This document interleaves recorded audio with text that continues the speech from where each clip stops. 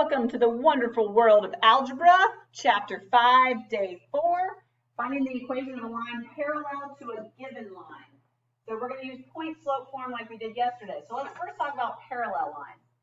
Parallel lines are two lines that are never going to intersect, right? Parallel lines are two lines that are never going to intersect. So if these two lines are never going to intersect, the only way that that can happen is if they are going up or down, or whichever way they're going, at the exact same angle, which means that parallel lines have to have the same slope.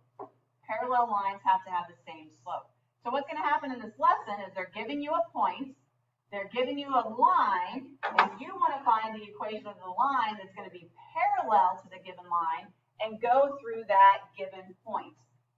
All right, so we can see here we have a point, negative 2, 2, so that's our x1, y1. We want to be parallel to the equation y equals 3 halves x plus 3. Well, we can see that this is in y equals mx plus b, slope as intercept form. The slope is 3 halves. So if I want to be parallel, that's a symbol for parallel. We know m is slope, so the parallel slope to that, if the current line has a slope of 3 halves, the new parallel line is also going to have a slope of 3 halves.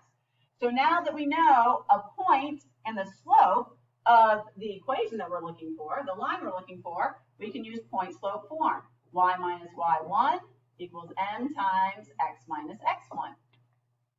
Remember, that's where we take our point, our x1, y1, and substitute it in, and our m, our slope. So we would go y minus, the y coordinate is 2, equals slope, the m is 3 halves, times x minus the x coordinate is negative 2, so minus a negative 2 goes positive 2. We want to end up in slope intercept form, so we would distribute y minus 2 equals 3 halves x. 3 halves times 2 would be 3. To get rid of a minus 2, we add 2 to both sides. So slope intercept form is y equals 3 halves x plus 5.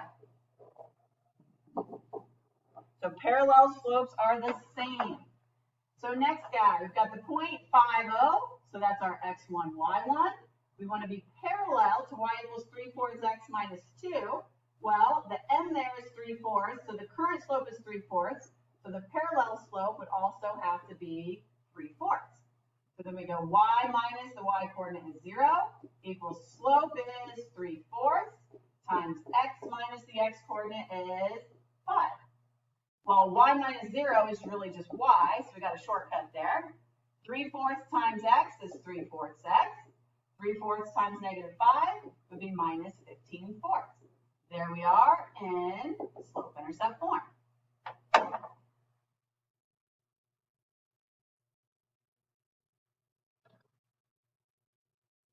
All right, let's look at a couple more here. Not erasing very well.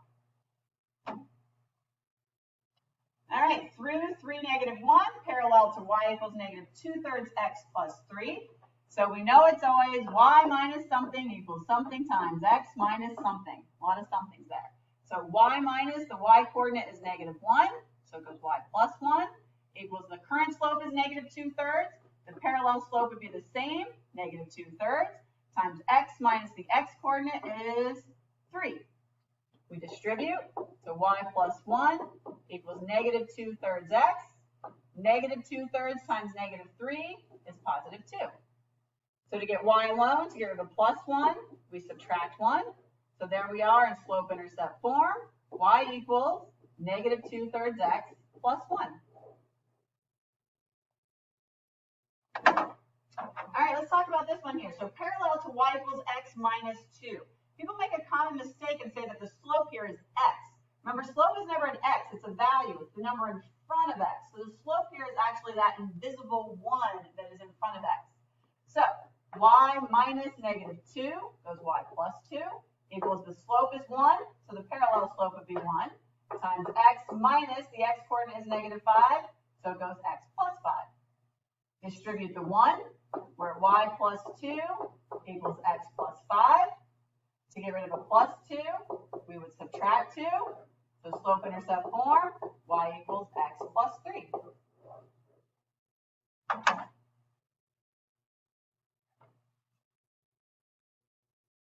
This next one requires a little bit of thought, because you can see that equation that you want to be parallel to is not in your typical y equals mx plus b form, right? The equation is x equals 0. That's one of our special lines.